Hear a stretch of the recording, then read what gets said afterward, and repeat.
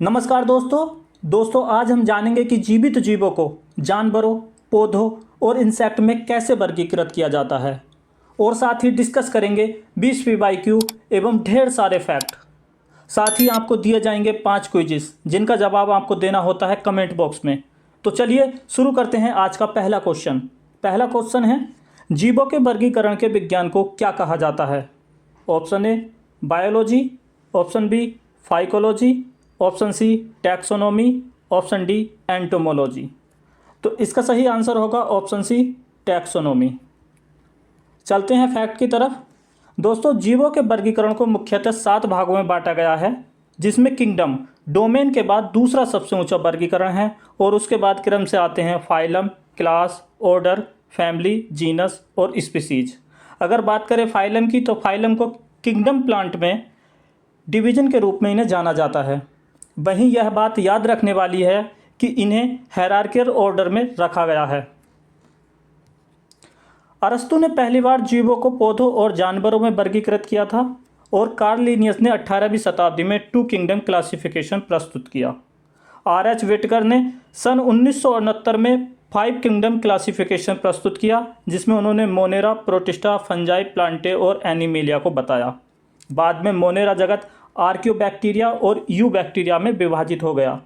आर्कियोबैक्टीरिया, जिन्हें kingdom archaea भी कहा जाता है, इनकी कोशिका भित्ति स्यूडोमीरेन की बनी होती है और वे एक्सट्रीमोफाइल्स होते हैं, मतलब ये हार्श से हार्श क्लाइमेट कंडीशन में भी जीवित रह सकते हैं।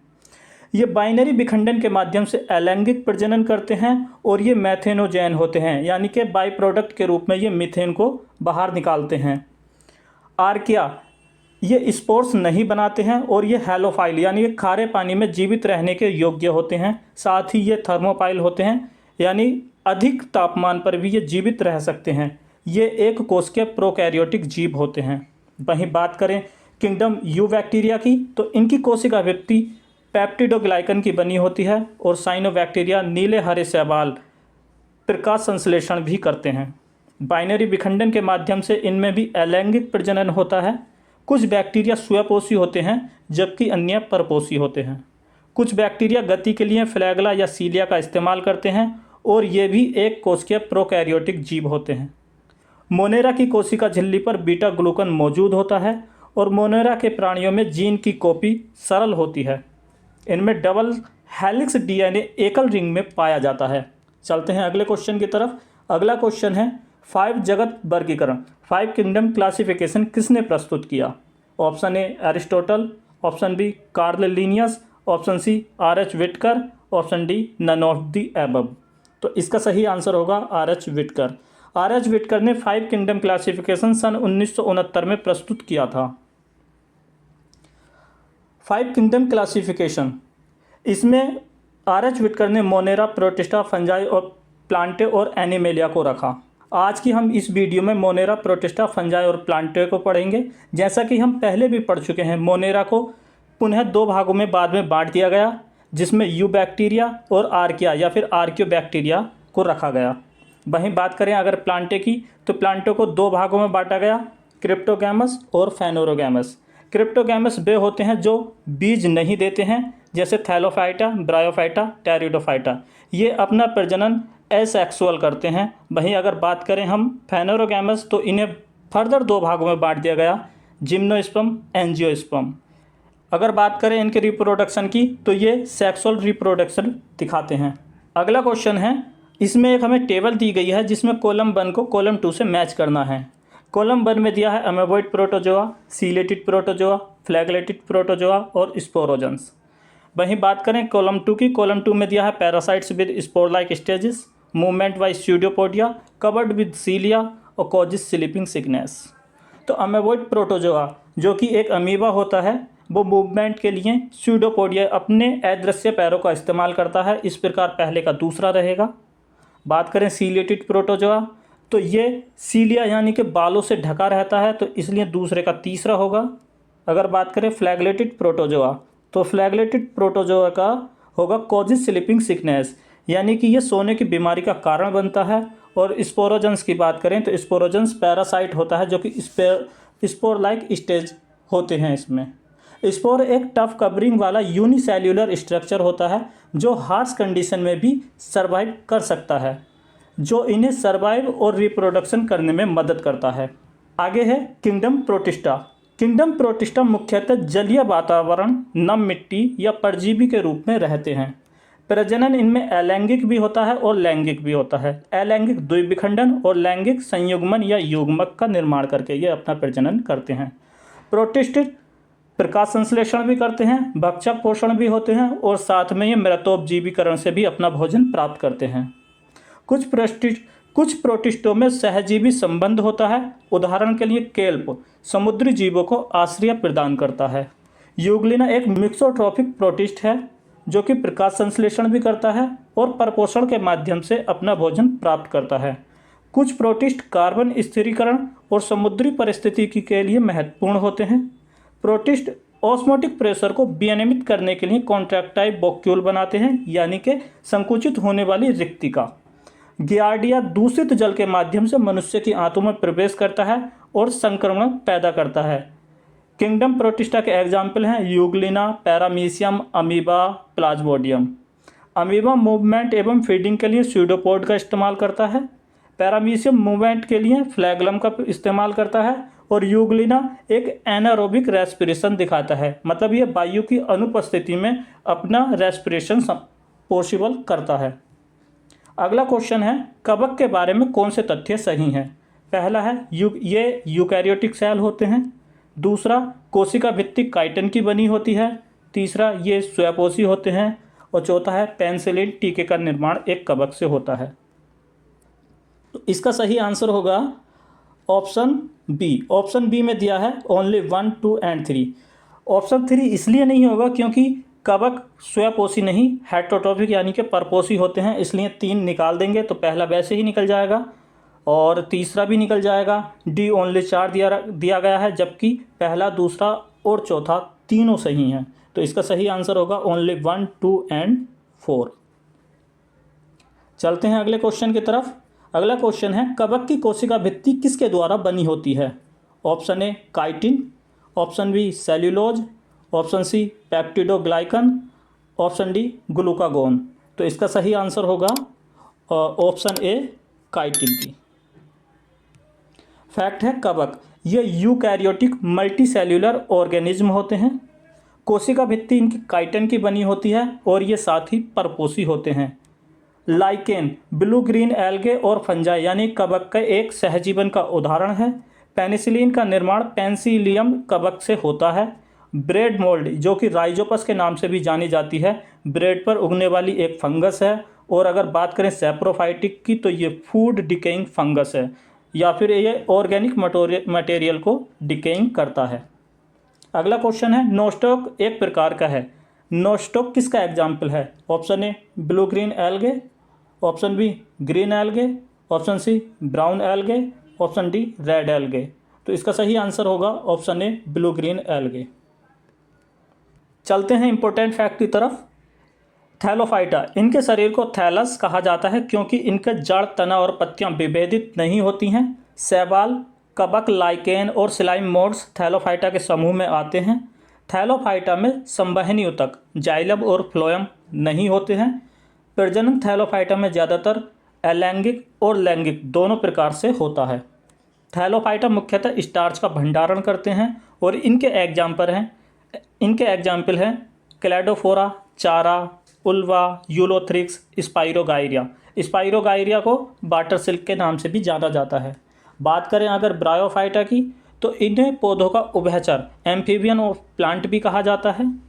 इनकी 2 प्रमुख अवस्थाएं होती हैं, गैमेटोफाइट जिसे हैप्लॉइड कहते हैं और स्पोरोफाइट जिसे डाइप्लॉइड कहते हैं। निषेचन में जाइमोड बनाते हैं जो स्पोरोफाइट में विकसित होता है। ब्रायोफाइटा में पोथियो यानी कि राइजोइड से होते हैं जो जड़ों के समान कार्य करते हैं, परंतु ये असली जड़ नहीं होते हैं। स्पैग्नम पीट मॉस के रूप में ईंधन और जलवायु नियंत्रण में योगदान देते हैं। इनके एग्जाम्पल हैं मॉसिस, लिवरवॉर्ट और हॉर्नबॉट, साथ ही मर्केंटिया और रिक्सिया।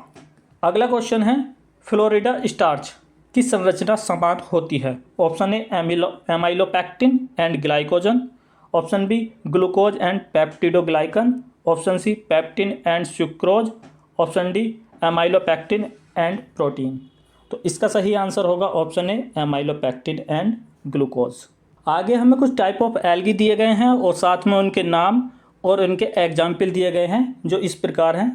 ग्रीन एल्गे जिसे क्लोरोफाइके कहा जाता है, इनके एग्जाम्पल है क्लोरेना, क्लोरेला, स्पाइरोगाइरिया, यूलोथ्रिक्स, बॉलबॉक्स और चारा।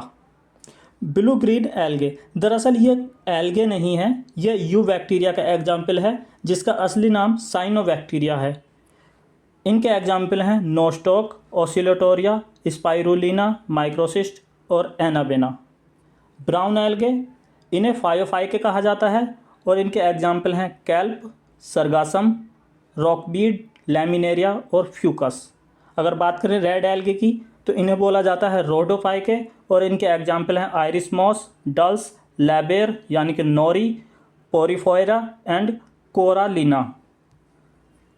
फ्लोरिडन स्टार्च, ये एक शाखित यानी कि ब्रांच ग्लूकोज पॉलीमर है, यानी कि इसमें एक से ज़्यादा ग्लूकोज की ब्रांच होती हैं। इनकी संरचना एमाइलोपेक्टिन और ग्लूकोज के समान होती है और ये मुख्यतः कार्बोहाइड्रेट का भंडारण करते हैं। यह एक रेड एल्गे का एग्जाम्पल है। अगला क्वेश्चन है, अगर एक प्रकार का रसायन है जो किस शैवाल से प्राप्त होता है और इनके मुख्यतः उपयोग क्या हैं? Option A Gelidium for grow microbes, option B Gracilaria preparation for ice cream, option C Gelidium preparation of jellies, option D all of the above. तो इसका सही आंसर रहेगा ऑल ऑफ द एबव। अगर जो जेलिडियम से प्राप्त होता है ये माइक्रोब यानी सूक्ष्म जीवों को उत्पन्न करने के लिए इनका प्रयोग किया जाता है। आइसक्रीम की प्रिपरेशन के लिए भी ग्रेसिलेरिया नामक अगर का प्रयोग किया जाता है। वहीं जेलीज के निर्माण में भी ग्रेसिलेरियम जेलिडियम महत्वपूर्ण योगदान देता है। अगर के जैविक गुणों के कारण अगर का उपयोग मास पैकेजिंग उद्योग, खाद्य पदार्थों के स्थिरीकरण और लैब में किया जाता है। जेलिडियम और ग्रासिलेरिया लाल समुद्री शैवाल हैं जो अगर के उत्पादन के लिए महत्वपूर्ण भूमिका निभाते हैं। अगला क्वेश्चन है क्वेश्चन नंबर 9, वर्गीकरण की मूल इकाई क्या है? Option A phylum, option B kingdom, option C class, option D species. तो इसका सही आंसर होगा ऑप्शन डी स्पीसीज। अगला क्वेश्चन है वर्गीकरण रैंक का सही क्रम क्या है? तो सब वर्गीकरण हम पहले ही पढ़ चुके हैं, जिसमें सबसे ऊपर आता है किंगडम, उसके बाद आता है फाइलम, फिर आता है क्लास, फिर ऑर्डर, फैमिली, जीनस और स्पीसीज। तो इसका सही आंसर होगा हमारा ऑप्शन नंबर 1, जिसमें सबसे ऊपर किंगडम, फिर फाइलम, फाइलम से नीचे आता है क्लास, क्लास से नीचे ऑर्डर, ऑर्डर से नीचे फैमिली, फैमिली से नीचे जीनस और जीनस से नीचे स्पीसीज। यहाँ पर हमने जीनस की स्पेलिंग गलत कर दी है, यहाँ पर होना चाहिए था GENUS। अगला क्वेश्चन है द्विपद नामकरण किसके द्वारा शुरू किया गया था? Option A Carl Linnaeus, option B Lindman, option C अरस्तु, ऑप्शन डी विटेकर। तो इसका सही आंसर होगा option A Carl Linnaeus. Carl Linnaeus ने सन 1735 में द्विपद नामकरण या 2 किंगडम क्लासिफिकेशन दिया और उन्होंने 1753 और 1758 में दो बुक प्रस्तुत की जिसमें उन्होंने द्विपद नामकरण प्रस्तुत किया था। 1753 में स्पीसीज प्लांटरम प्रस्तुत की और सिस्टेमा नेचुरे उन्होंने 1758 में प्रकाशित की थी। जीवों के नामकरण में जीनस यानी कि वंश और स्पीसीज यानी कि प्रजाति लिखते हैं। जीनस का जी कैपिटल होता है और स्पीसीज का एस स्मॉल में हम लिखते हैं। अगला क्वेश्चन है विकासवादी संबंधों पर आधारित वर्गीकरण को क्या कहा जाता है? ऑप्शन ए प्राकृतिक वर्गीकरण, ऑप्शन बी फाइलोजेनेटिक वर्गीकरण, ऑप्शन सी कृत्रिम वर्गीकरण, ऑप्शन डी पैथोजेनेटिक वर्गीकरण। तो इसका सही आंसर होगा ऑप्शन बी फाइलोजेनेटिक वर्गीकरण। अगर हम जीवों का वर्गीकरण उनके विकासवादी संबंधों के आधार पर करें तो उसे हम फाइलोजेनेटिक वर्गीकरण बोलेंगे। अगर बात करें पैथोजेनेटिक वर्गीकरण तो वो कौन सी बीमारियां फैलाते हैं इस आधार पर अगर हम उनका वर्गीकरण करते हैं तो उस वर्गीकरण को पैथोजेनेटिक वर्गीकरण कहा जाता है। अगला क्वेश्चन है मटर का पौधा अन्य पौधों या बाड़ पर किसकी सहायता से चढ़ता है? ऑप्शन ए तंतु यानी टेंड्रिल्स, ऑप्शन बी पत्तियां यानी लीव्स, ऑप्शन सी जड़ यानी रूट्स, ऑप्शन डी तना यानी ट्रंक। तो इसका सही आंसर होगा ऑप्शन ए तंतु यानी टेंड्रिल्स। अगला क्वेश्चन है टेरिडोफाइटस का मुख्य प्रजनन माध्यम क्या होता है? ऑप्शन ए बीज, ऑप्शन बी अंडकोश यानी कि स्पोर्स, ऑप्शन सी बीजाणु, ऑप्शन डी फूल। तो इसका सही आंसर होगा ऑप्शन बी अंडकोश। टेरिडोफाइटस क्योंकि क्रिप्टोगैमस होते हैं यानी ये बीजों का उत्पादन नहीं करते हैं, या इसी कारण ये अलैंगिक प्रजनन दिखाते हैं जिसमें ये स्पोर्स का निर्माण करते हैं जिसके माध्यम से इनमें प्रजनन होता है। तो इसलिए इसका सही आंसर होगा ऑप्शन बी अंडकोश। टेरिडोफाइटस ये पहले स्थलीय पौधे थे और छिपे हुए प्रजनन अंग इनमें मौजूद होते हैं जिन्हें स्पोर्स भी कहते हैं। संवहनी ऊतक इनमें मौजूद होते हैं और प्रजनन के लिए बीजाणु बनाते हैं, जबकि ये बीजों का निर्माण नहीं करते हैं। ये चट्टानों की दरारें, नम स्थानों और छायाधार स्थानों में ये पाए जाते हैं, जैसे फर्न, मर्सिलेरिया, हॉर्सटेल और टेरिस।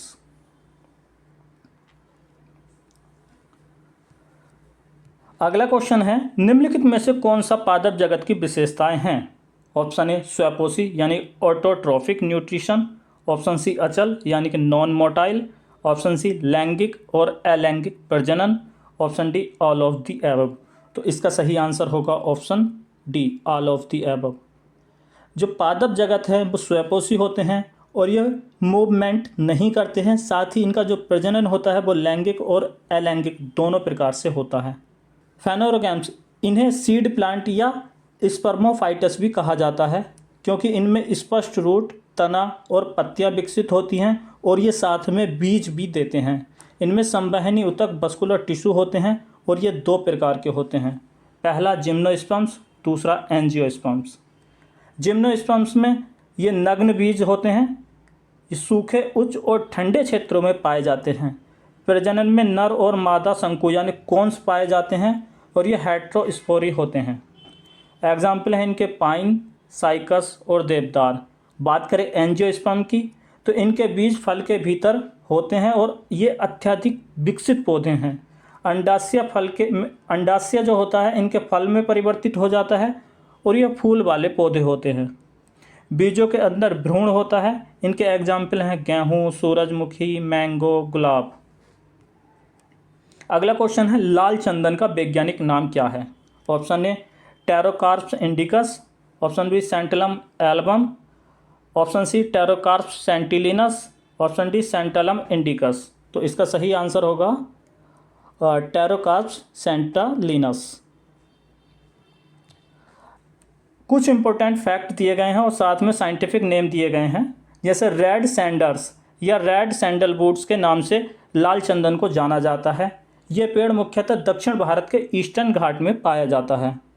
साइंटिफिक नेम जैसे तुलसी को ओसिमम सैंक्टम कहा जाता है। केला को मूसा पैराडिस्किया बोला जाता है। सहतूत को मोरस एल्बा बोला जाता है। सांप को सरपेंटस और शेर को पैंथ्रालियो बोला जाता है। हाथी का वैज्ञानिक नाम है एल्फस मैक्सिमम और गन्ने का नाम है सैक्करम ऑफिसिनारम। अगला क्वेश्चन है निम्नलिखित में से किस में पौधों की पहचान और वर्गीकरण के लिए केवल रूपात्मक लक्षणों का प्रयोग किया जाता है?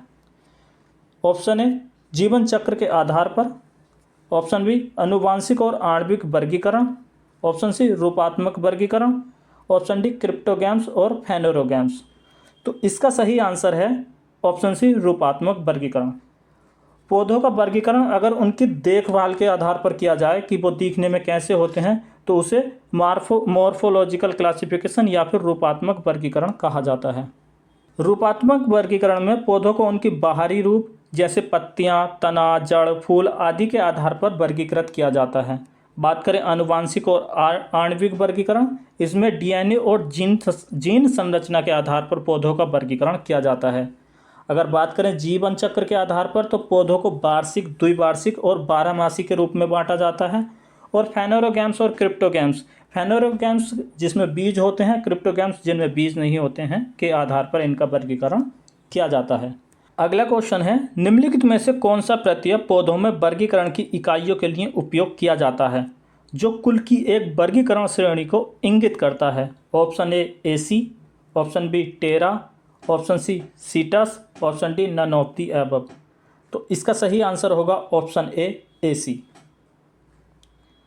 वर्गीकरण यूनिट या वर्गीकरण रैंक। फाइटा, फाइटा सफिक्स का प्रयोग हम डिवीजन या फाइलम के लिए करते हैं, जैसे हमारा आता है टेरिडोफाइटा।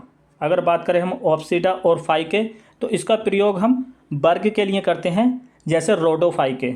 अगर हम बात करें AC का, AC का प्रयोग हम कुल या फैमिली के सफिक्स के रूप में करते हैं।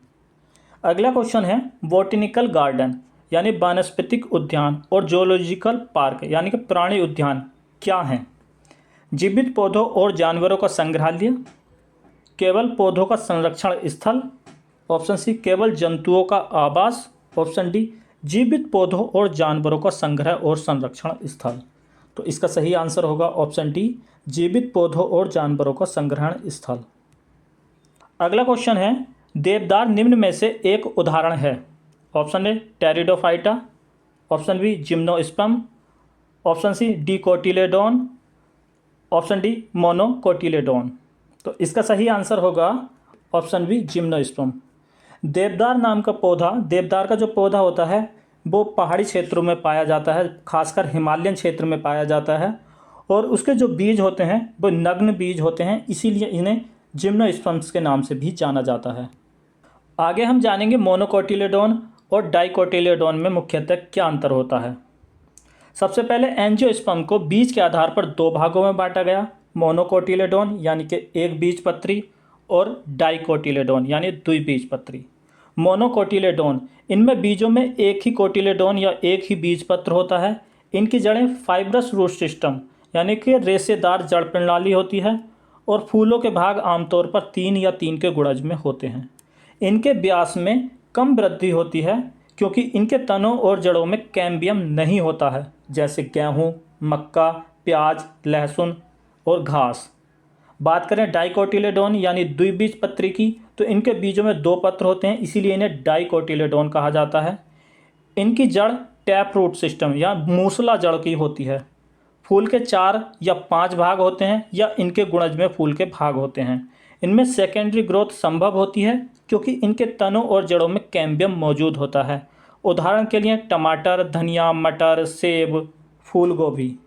अब हम बात करेंगे क्विज क्वेश्चन की, जिनका जवाब आपको देना होता है कमेंट बॉक्स में। तो पहला क्वेश्चन है ग्लोब्यूल और न्यूक्यूल नर और मादा यौन अंगों में मुख्य रूप से पाए जाते हैं, किस में?